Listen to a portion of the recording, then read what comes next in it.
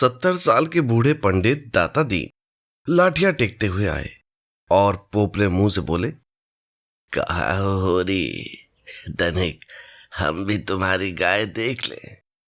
सुना बड़ी सुंदर है। होरी ने दौड़कर पालागन किया और मन में अभिमानमय उल्लास का आनंद उठाता हुआ बड़े सम्मान से पंडित जी को आंगन में ले गया। महाराज ने गऊ को अपने पुरानी अनुभवी आंखों से देखा। सींगे देखी, थन देखा, पुट्ठा देखा और घनी सफेद भौहों के पीछे छिपी हुई आंखों में जवानी की उमंग भरकर बोले, कोई दोष नहीं है बेटा, बाल भौरी सब ठीक। भगवान चाहेंगे तो तुम्हारे भाग खुल जाएंगे। ऐसे अच्छे लक्षण है कि वाह, बस रात अब न कम होने पाए, एक एक बाछा 100-100 का होगा। होरी ने आनंद के सागर में डुबकियां खाते हुए कहा, सब आपका आशीर्वाद है दादा। दाता दीन ने सुरती की पीक थूकते हुए कहा, मेरा आशीर्वाद नहीं है बेटा, भगवान की दया है। ये सब प्रभु की दया है। रुपये नगद दिए। होरी ने बेपर की उड़ाई। अपने महाजन के सामने भी अपने समृद्धि प्रदर्शन का ऐसा अवसर पाकर वो कैसे छोड़े। टके की नई टोपी सिर पर रखकर जब हम अकड़ने लगते हैं, जरा देर के लिए किसी सवारी पर बैठकर जब हम आकाश में उड़ने लगते हैं, तो इतनी बड़ी विभूति पाकर क्यों ना उसका दिमाग आसमान पर चढ़े। भोला ऐसे भलमानस नहीं है महाराज, नकद गिनाए पूरे चौकस। अपने महाजन के सामने ये डींग मारकर होरी ने नादानी तो की थी, पर दाता दीन के मुख पर असंतोष का कोई चिन्ह न दिखाई दिया। इस कथन में कितना सत्य है ये उनकी उन बुझी हुई आंखों से छिपा न रह सका, जिनमें ज्योति की जगह अनुभव छिपा बैठा था। प्रसन्न होकर बोले,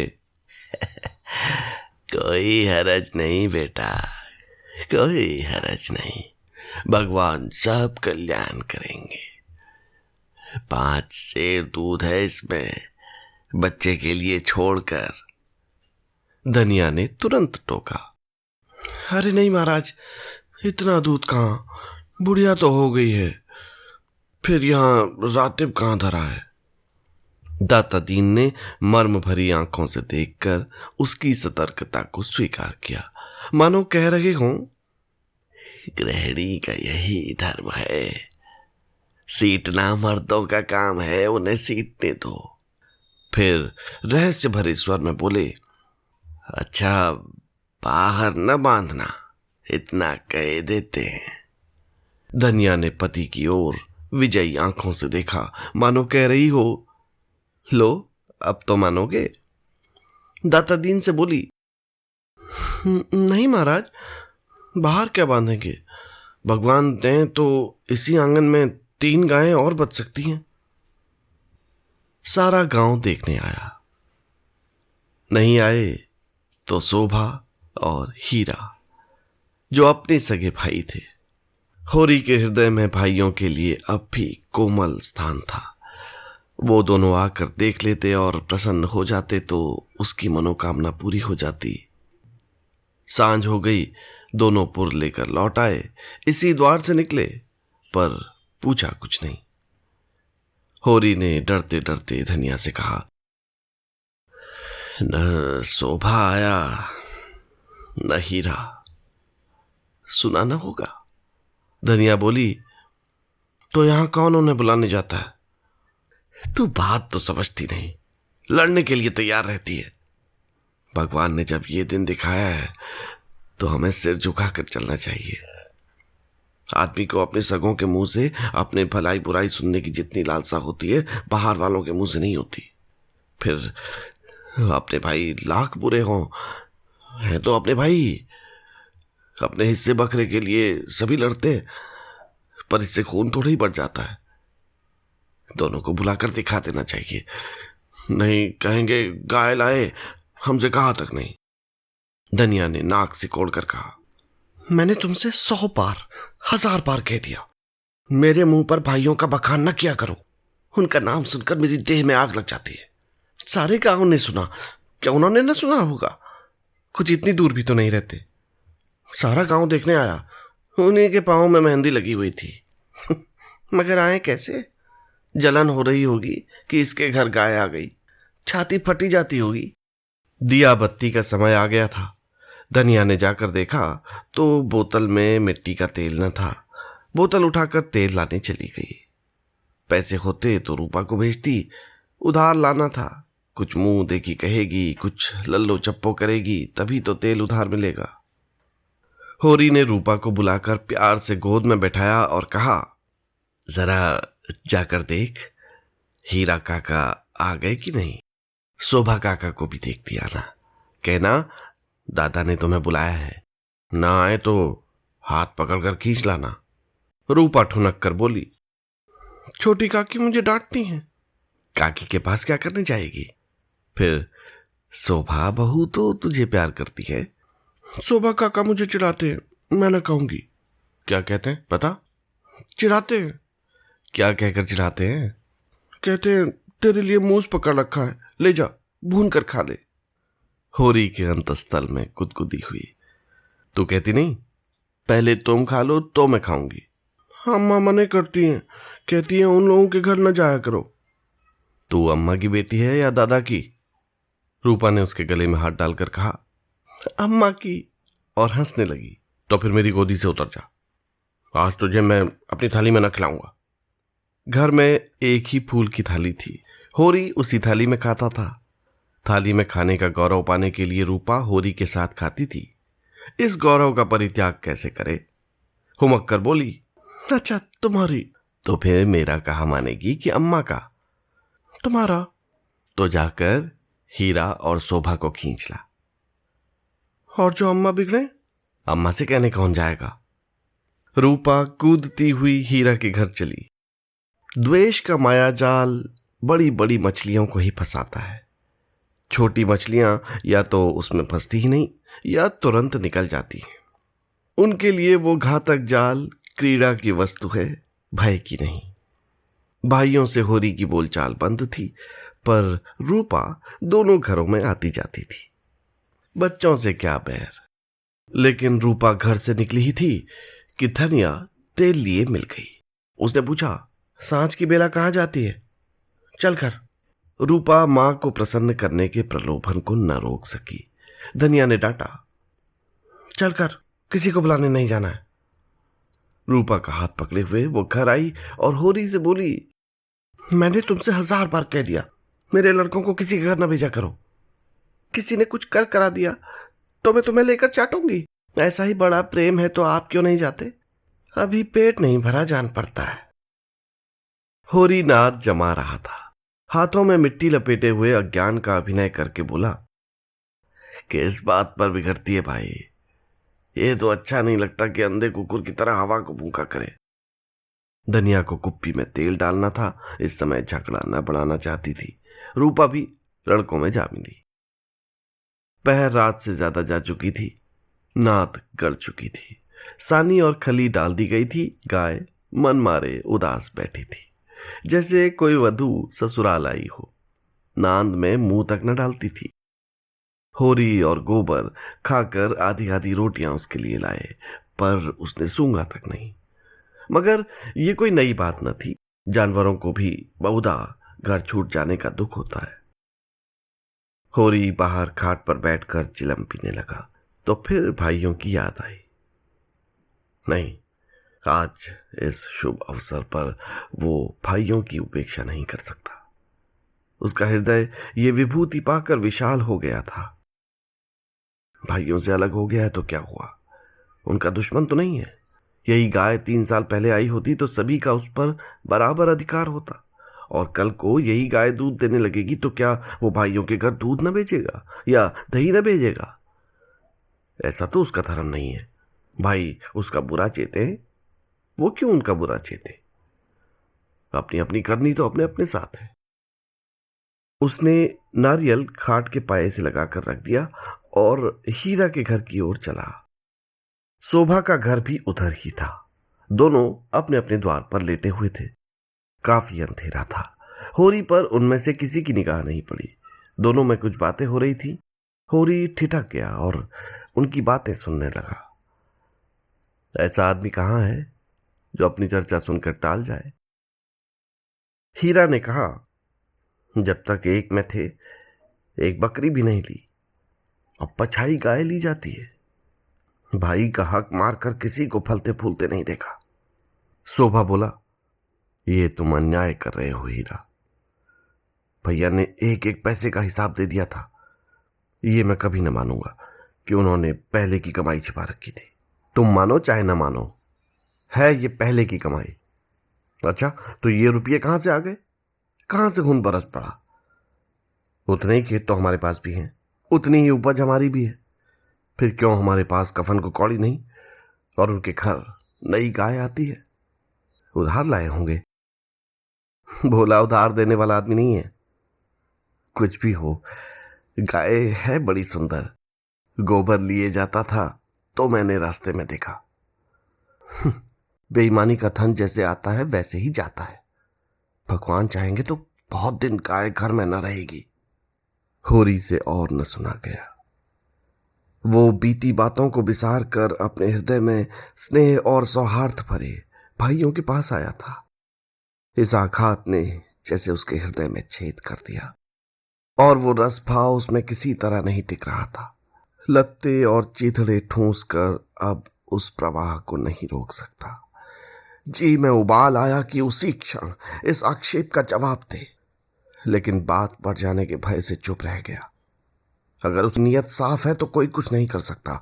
भगवान के सामने वो निर्दोष है, दूसरों की उसे परवाह नहीं।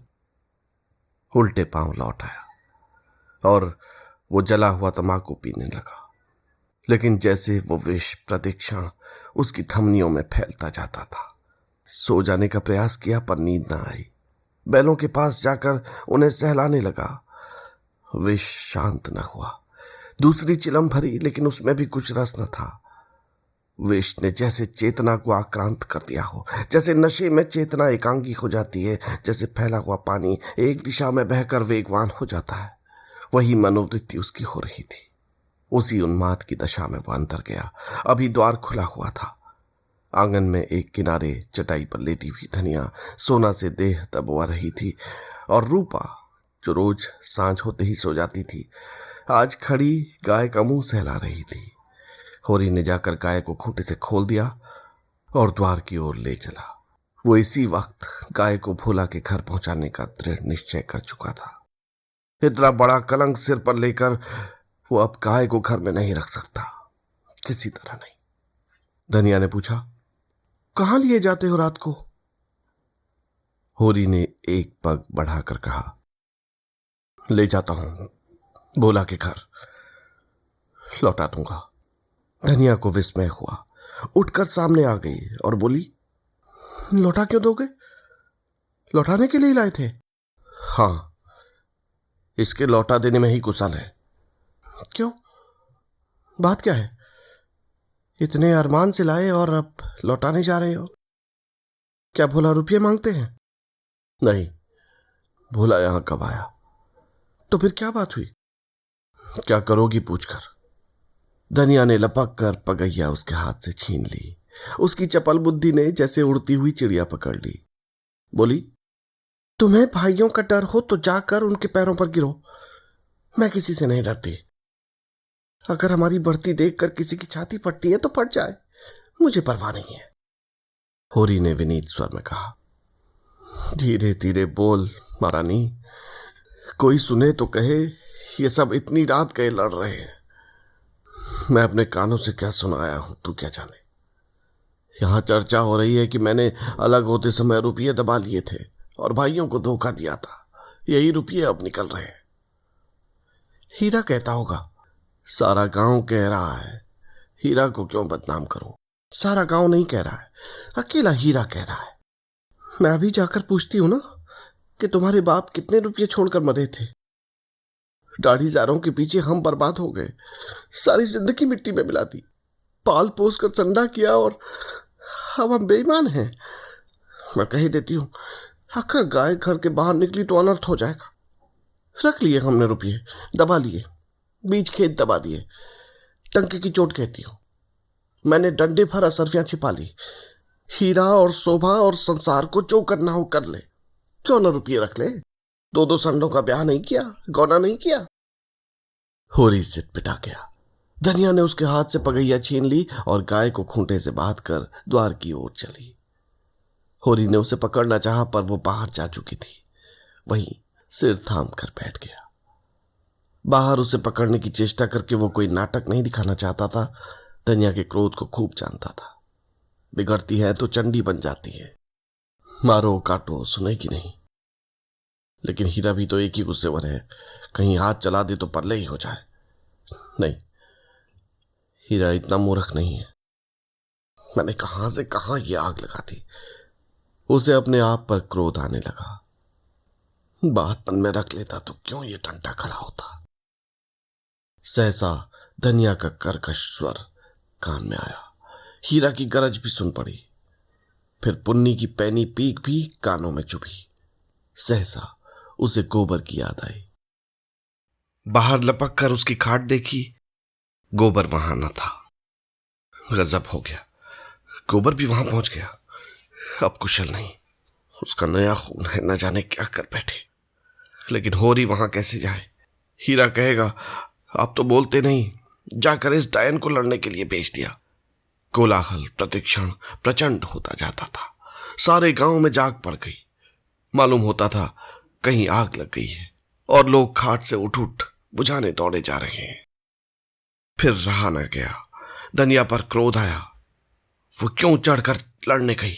अपने घर में आदमी न जाने किसको क्या कहता है। जब तक कोई मुंह पर बात न कहे, यही समझना चाहिए कि उसने कुछ नहीं कहा। होरी की कृषक प्रकृति झगड़े से भागती थी। चार बातें सुनकर गम खा जाना, इससे कहीं अच्छा है कि आपस में तनाजा हो।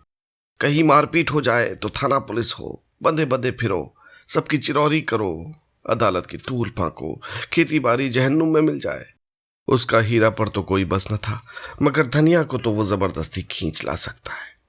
बहुत होगा, गालियां दे देगी, एक दो दिन रूठी रहेगी, थाना पुलिस की नौबत तो न आएगी। जाकर हीरा के द्वार पर सबसे दूर दीवार की आड़ में खड़ा हो गया। एक सेनापति की भांति मैदान में आने के पहले परिस्थिति को अच्छी तरह समझ लेना चाहता था।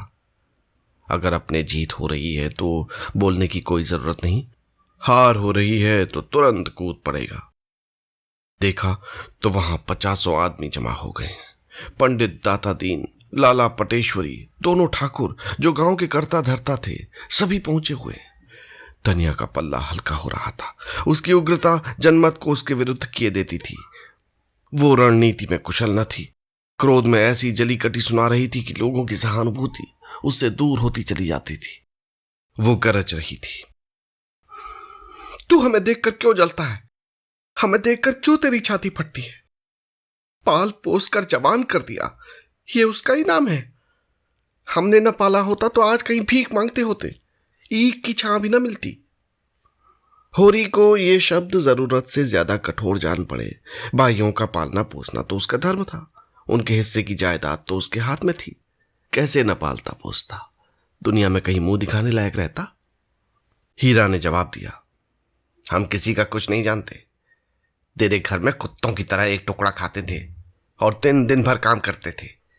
जाना ही नहीं कि लड़कपन और जवानी कैसी होती है।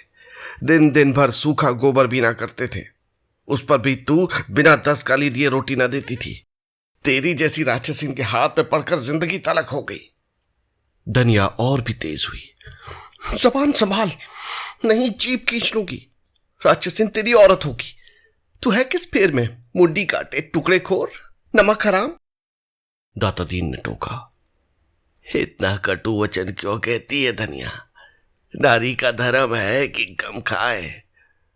वो तो जड है, उसके मुंह क्यों लगती है? लाला पटेश्वरी ने उसका समर्थन किया। बात का जवाब बात है, गाली नहीं। तूने लड़कपन में उसे पाला पोसा, लेकिन ये क्यों भूल जाती है कि उसकी जायदाद तेरे हाथ में थी? धनिया ने समझा, सब के सब मिलकर मुझे नीचा दिखाना चाहते हैं। चौमुख लड़ाई लड़ने के लिए तैयार हो गई। अच्छा, रहने दो लाला, मैं सबको पहचानती हूं। इस गांव में रहते 20 साल हो गए, एक एक की नस नस पहचानती हूं। मैं गाली दे रही हूं, वो फूल बरसा रहा है, क्यों? दुलारी सहुआइन ने आग पर घी डाला। बाकी बड़ी गाल दराज औरत है भाई, मर्द के मुंह लगती है। होरी ही जैसा मर्द है कि इसका निबाह होता है, दूसरा मर्द होता तो एक दिन न पटती। अगर हीरा इस समय जरा नर्म हो जाता तो उसकी जीत हो जाती, लेकिन ये गालियां सुनकर आपे से बाहर हो गया। औरों को अपने पक्ष में देखकर वो कुछ शेर हो रहा था।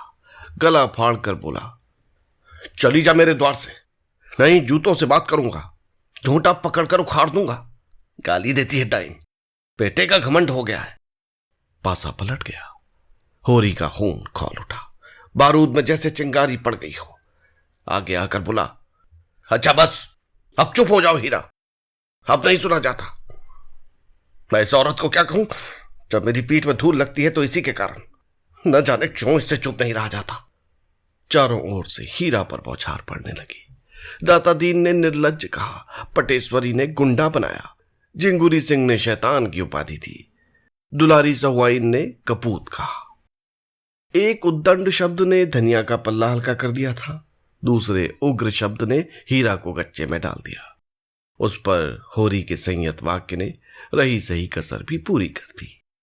हीरा संभल गया, सारा गांव उसके विरुद्ध हो गया। अब चुप रहने में ही उसकी कुशल है, क्रोध के नशे में भी इतना होश उसे बाकी था। धनिया का कलेजा दूना हो गया। होरी से बोली, सुन लो कान खोल के, भाइयों के लिए मरते हो? ये भाई है? ऐसे भाई को मुंह न देखे, ये मुझे जूतों से मारेगा, खिला पिला के। होरी ने डांटा, फिर क्यों बकबक करने लग गई तू? घर क्यों नहीं जाती? धनिया जमीन पर बैठ गई और आर्त स्वर में बोली, अब तो इसके जूते खा के जाऊंगी। जरा इसकी मरतुमी देख लूं, कहां है गोबर? अब किस दिन काम आएगा? तो देख रहा है बेटा, तेरी मां को जूते मारे जा रहे हैं। यों विलाप करके उसने अपने क्रोध के साथ होरी के क्रोध को भी क्रियाशील बना डाला। आग को फूंक फूंक कर उसमें ज्वाला पैदा कर दी। हीरा पराजित सा पीछे हट गया। पुन्नी उसका हाथ पकड़कर घर की ओर खींच रही थी। सहसा धनिया ने सिंगनी की भांति झपटकर हीरा को इतनी जोर से धक्का दिया कि वो धम्म से गिर पड़ा और बोली, कहां जाता है? जूते मार, मार जूते, देखो तेरी मरतुमी। होरी ने दौड़कर उसका हाथ पकड़ लिया और घसीटता हुआ घर ले चला। उधर गोबर खाना खाकर अहिराने में जा पहुंचा। आज झुनिया से उसकी बहुत सी बातें हुई थी। जब वो गाय लेकर चला था तो झुनिया आधे रास्ते तक उसके साथ आई थी। गोबर अकेला गाय कैसे लाता? अपरिचित व्यक्ति के साथ जाने में उसे आपत्ति होना स्वाभाविक था। कुछ दूर चलने के बाद झुनिया ने गोबर को मर्म भरी आंखों से देखकर कहा, अब तुम काहे को कभी यहां आओगे? एक दिन पहले तक गोबर कुमार था। गांव में जितनी युवतियां थीं वो या तो उसकी बहनें थीं या भाभियां। बहनों से तो कोई छेड़छाड़ हो ही क्या सकती थी। भाभियां अलबत्ता कभी कभी उससे ठिठोली किया करती थी, लेकिन वो केवल सरल विनोद होता था। उनकी दृष्टि में अभी उसके यौवन में केवल फूल लगे थे। जब तक फल न लग जाएं, उस पर ढेले फेंकना व्यर्थ की बात थी। और किसी ओर से प्रोत्साहन न पाकर उसका कौमार्य उसके गले से चिपटा हुआ था। झुनिया का वंचित मन, जिसे भाभियों के व्यंग्य और हास विलास ने और भी लोलुप बना दिया था, उसके कौमार्य ही पर ललचा उठा। और उस कुमार में भी पत्ता खड़कते ही किसी सोए हुए शिकारी जानवर की तरह यौवन जाग उठा। गोबर ने आवरणहीन रसिकता के साथ कहा, अगर भिक्षुक को भीख मिलने की आशा हो तो वो दिन भर और रात भर दाता के द्वार पर खड़ा रहे। झुनिया ने कटाक्ष करके कहा, तो ये कहो तुम भी मतलब के यार हो। गोबर की धमनियों का रक्त प्रबल हो उठा। बोला, भूखा आदमी अगर हाथ फैलाए तो उसे क्षमा कर देना चाहिए। झुनिया और गहरे पानी में उतरी। भिक्षुक जब तक 10 द्वारे न जाए उसका पेट कैसे भरेगा? मैं ऐसे भिक्षुकों को मुंह नहीं लगाती, ऐसे तो गली गली मिलते हैं। फिर भिक्षुक देता क्या है? असीस। असीसों से तो किसी का पेट नहीं भरता। मंद बुद्धि गोबर झुनिया का आशय न समझ सका। झुनिया छोटी सी थी, तभी से ग्राहकों के घर दूध लेकर जाया करती थी। ससुराल में उसे ग्राहकों के घर दूध पहुंचाना पड़ता था। आजकल भी दही बेचने का भार उसी पर था। उसे तरह तरह के मनुष्यों से साबका पड़ चुका था। 2-4 रुपये उसके हाथ लग जाते थे। घड़ी भर के लिए मनोरंजन भी हो जाता था, मगर यह आनंद जैसे मंगनी की चीज हो। उसमें टिकाव न था, समर्पण न था, अधिकार न था। वो ऐसा प्रेम चाहती थी जिसके लिए वो जिए और मरे, जिस पर वो अपने को समर्पित कर दे। वो केवल जुगनू की चमक नहीं, दीपक का स्थायी प्रकाश चाहती थी।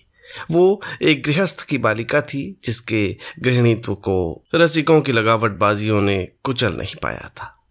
गोबर ने कामना से उद्दीप्त मुख से कहा, भिक्षुक को एक ही द्वार पर भरपेट मिल जाए तो क्यों द्वार द्वार घूमे? झुनिया ने सदैव भाव से उसकी ओर ताका।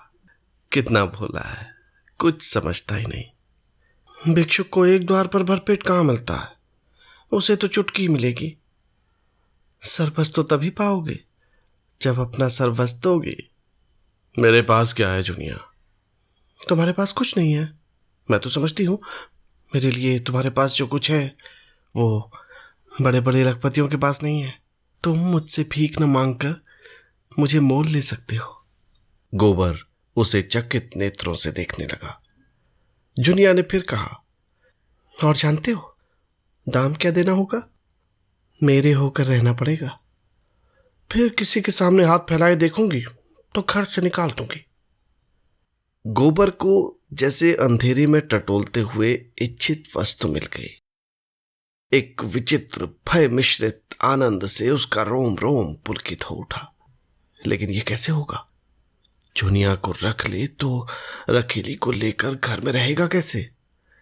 बिरादरी का झंझट जो है, सारा गांव गांव गांव करने लगेगा। सभी दुश्मन हो जाएंगे। अम्मा तो इसे घर में भी ना घुसने देगी। लेकिन जब स्त्री होकर ये नहीं डरती तो पुरुष होकर वो क्यों डरे? बहुत होगा, लोग उसे अलग कर देंगे, वो अलग ही रहेगा। झुनिया जैसी औरत गांव में दूसरी कौन है? कितनी समझदारी की बातें करती है। क्या जानती नहीं कि मैं उसके जोग नहीं हूं? फिर भी मुझसे प्रेम करती है, मेरी होने को राजी है। गांव वाले निकाल देंगे तो क्या? संसार में दूसरा गांव ही नहीं है। और गांव क्यों छोड़े? माता दीन ने चमारिन बैठा ली तो किसी ने क्या कर लिया? दाता दीन दांत कटकटा कर रह गए। माता दीन ने इतना जरूर किया कि अपना धर्म बचा लिया। अब भी बिना स्नान पूजा किए मुंह में पानी नहीं डालते। दोनों जून अपना भोजन आप पकाते हैं, और अब तो अलग भोजन भी नहीं पकाते। दाता दीन और वो साथ बैठकर खाते हैं। जिंगुरी सिंह ने बामनी रख ली, उसका किसी ने क्या कर लिया? उनका जितना आदर मान तब था उतना ही आज भी है, बल्कि और बढ़ गया। पहले नौकरी खोजते फिरते थे, अब उसके रुपये से महाजन बन बैठे। ठकुराई का रौब तो था ही, महाजनी का रौब भी जम गया। मगर फिर ख्याल आया, कहीं झुनिया दिल लगी न कर रही हो। पहले इसकी ओर से निश्चिंत हो जाना आवश्यक था। उसने पूछा, मन से कहती हो झुना कि खाली लालच दे रही हो? मैं तो तुम्हारा हो चुका, लेकिन तुम भी मेरी हो जाओगी? तुम मेरे हो चुके मैं कैसे जानूं? तुम जान भी चाहो तो मैं दे दूं। जान देने का अर्थ भी समझते हो? तुम समझा दो ना। जान देने का अर्थ है साथ रहकर निभा करना। एक बार हाथ पकड़कर उम्र भर निभा करते रहना, चाहे दुनिया कुछ भी कहे, चाहे माँ बाप, भाई बंद, घर द्वार सब कुछ छोड़ना पड़े। मुंह से जान देने वालों को बहुत देख चुकी। भौरों की भांति फूल का रस लेकर उड़ जाते हैं। तुम भी वैसे ही ना उड़ जाओगे? गोबर के एक हाथ में गाय की पगैया थी, दूसरे हाथ से उसने झुनिया का हाथ पकड़ लिया, जैसे बिजली के तार पर हाथ पड़ गया हो। सारी देह यौवन के पहले स्पर्श से कांप उठी। कितनी मुलायम, गुदगुदी, कोमल कलाई। जुनिया ने उसका हाथ हटाया नहीं, मानो इस स्पर्श का उसके लिए कोई महत्व ही न हो। फिर एक क्षण के बाद गंभीर भाव से बोली, आज तुमने मेरा हाथ पकड़ा है, याद रखना। खूब याद रखूंगा जुना, और मरते दम तक निभाऊंगा। जुनिया अविश्वास भरी मुस्कान से बोली, इसी तरह तो सब कहते हैं गोबर, बल्कि इससे भी मीठे चिकने शब्दों में। अगर मन में कपट हो तो मुझे बता दो, सचेत हो जाऊं। ऐसों को मन नहीं देती, उनसे तो खाली हंस बोल लेने का नाता रखती हूं। बरसों से दूध लेकर बाजार जाती हूं, एक से एक बाबू, महाजन, ठाकुर, वकील, अमले, अफसर अपना रसियापन दिखाकर मुझे फंसा लेना चाहते हैं। कोई छाती पर हाथ रखकर कहता है, जुनिया तरसा मत। कोई मुझे रसीली नसीली चितवन से घूरता है, मानो मारे प्रेम के बेहोश हो गया है। कोई रुपया दिखाता है, कोई गहने, सब मेरी गुलामी करने को तैयार रहते हैं, उम्र भर, बल्कि उस जन्म में भी। लेकिन मैं उन सबों की नस पहचानती हूँ, सबके सब भौरे रस लेकर उड़ जाने वाले। मैं भी उन्हें ललचाती हूँ, तिरछी नजरों से देखती हूँ, मुस्कुराती हूँ। वो मुझे गधी बनाते हैं, मैं उन्हें उल्लू बनाती हूँ। मैं मर जाऊं तो उनकी आंखों में आंसू ना आएगा, वो मर जाएं तो मैं कहूंगी अच्छा हुआ, निगोड़ा मर गया। मैं तो जिसकी हो जाऊंगी उसकी जन्म भर के लिए हो जाऊंगी। सुख में, दुख में, संपत में, विपत में उसके साथ रहूंगी। हरजाई नहीं हूं कि सबसे हंसती बोलती फिरूं, न रुपये की भूखी हूं, न गहने कपड़े की। बस भले आदमी का संग चाहती हूं, जो मुझे अपना समझे और जिसे मैं भी अपना समझूं। एक पंडित जी बहुत तिलक मुद्रा लगाते हैं, आधे सेर दूध लेते हैं। एक दिन उनकी घरवाली कहीं नेवते में गई थी, मुझे क्या मालूम, और दिनों की तरह दूध लिए भीतर चली गई। वहां पुकारती रही, बहू जी, बहू जी। कोई बोलता ही नहीं। इतने में देखती हूं तो पंडित जी बाहर के किवाड़ बंद किए चले आ रहे हैं। मैं समझ गई इसकी नीयत खराब है। मैंने डांट कर पूछा, तुमने किवाड़ क्यों बंद कर लिए?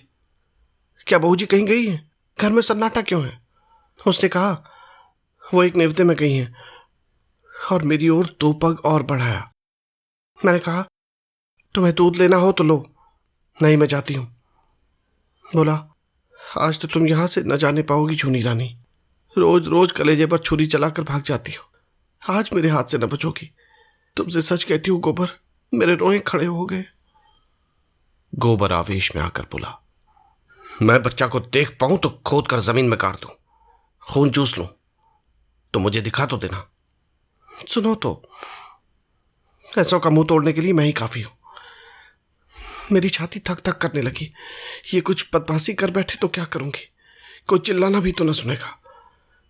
लेकिन मन में ये निश्चय कर लिया था कि मेरी देह छुई तो दूध की भरी हांडी उसके मुंह पर पटक दूंगी। भला से 4-5 सेर दूध जाएगा, बच्चा को याद तो हो आएगा। कलेजा मजबूत करके बोली, इस फेर में न रहना पंडित जी, मैं अहीर की लड़की हूं, मूंछ का एक एक बाल नोचवा लूंगी। यही लिखा है तुम्हारे पोथी पत्रों, यही लिखा है तुम्हारे पोथी पत्रों में कि दूसरों की बहू बेटी को अपने घर में बंद करके बेइज्जत करो, इसीलिए तिलक मुद्रा का जाल बिछाए बैठे हो। लगा हाथ जोड़ने, पैरों पड़ने, एक प्रेमी का मन रख दोगी तो तुम्हारा क्या बिगड़ जाएगा जूना रानी। कभी कभी गरीबों पर दया किया करो। नहीं, भगवान पूछेंगे, मैंने तुम्हें इतना रूप धन दिया था, तुमने उससे एक ब्राह्मण का उपकार भी नहीं किया, तो क्या जवाब दोगी? बोले, मैं विप्र हूं, रुपये पैसे का दान तो रोज ही पाता हूं, आज रूप का दान दे दो। मैंने यूं ही उसका मन परखने को कह दिया, मैं 50 रुपये लूंगी। सच कहती हूं गोबर, तुरंत कोठरी में गया और 10-10 के 5 नोट निकालकर मेरे हाथ में देने लगा। और जब मैंने नोट जमीन पर गिरा दिए और द्वार की ओर चली तो उसने मेरा हाथ पकड़ लिया। मैं तो पहले से ही तैयार थी, हांडी उसके मुंह पर दे मारी, सिर से पांव तक सराबोर हो गया। चोट भी खूब लगी, सिर पकड़ कर बैठ गया और लगा हाय हाय करने। मैंने देखा अब ये कुछ नहीं कर सकता तो पीठ में 2 लातें जमा दी और किवाड़ खोलकर भागी। गोबर ठट्टा मारकर बोला, बहुत अच्छा किया तुमने। दूध से नहा गया होगा, तिलक मुद्रा भी धुल गई होगी। मुझे भी क्यों ना उखाड़ ली। दूसरे दिन मैं फिर उसके घर गई। उसकी घरवाली आ गई थी। अपने बैठक में सिर पर पट्टी बांधे खड़ा था। मैंने कहा, कहो तो कल की तुम्हारी करतूत खोल दूं पंडित। लगा हाथ जोड़ने। मैंने कहा, अच्छा थूक कर चाटो तो छोड़ दूं। सिर जमीन पर रगड़ कर कहने लगा, अब मेरी इज्जत तुम्हारे हाथ है जूना। यही समझ लो कि पंडिताइन मुझे जीता न छोड़ेगी। मुझे भी उस पर दया आ गई। गोबर को उसकी दया बुरी लगी। ये तुमने क्या किया? उसकी औरत से जाकर कह क्यों नहीं दिया? जूती से पीटती।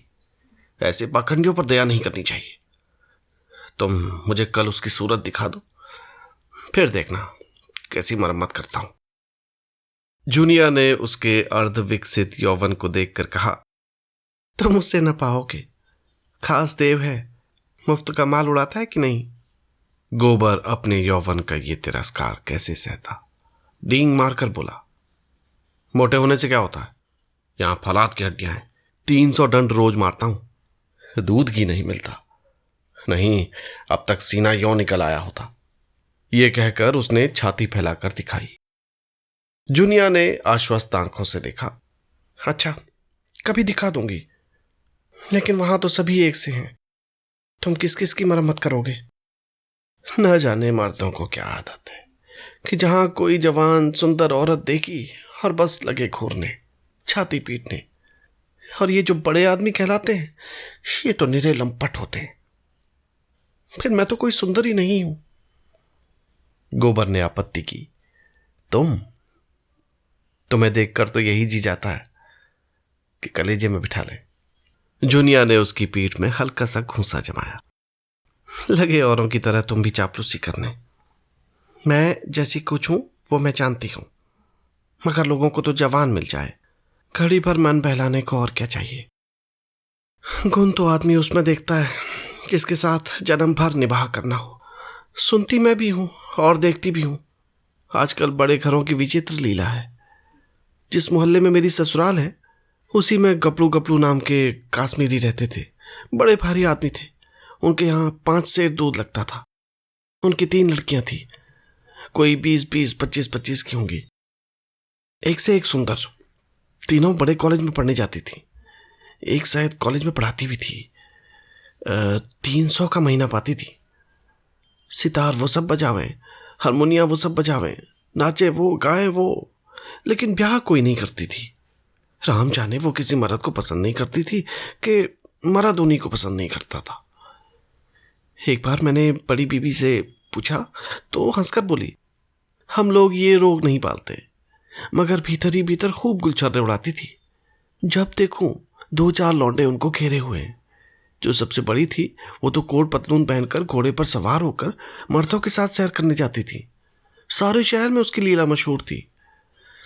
गपड़ू बाबू सिर नीचा किए जैसे मुंह में कालिक सी लगाए रहते थे।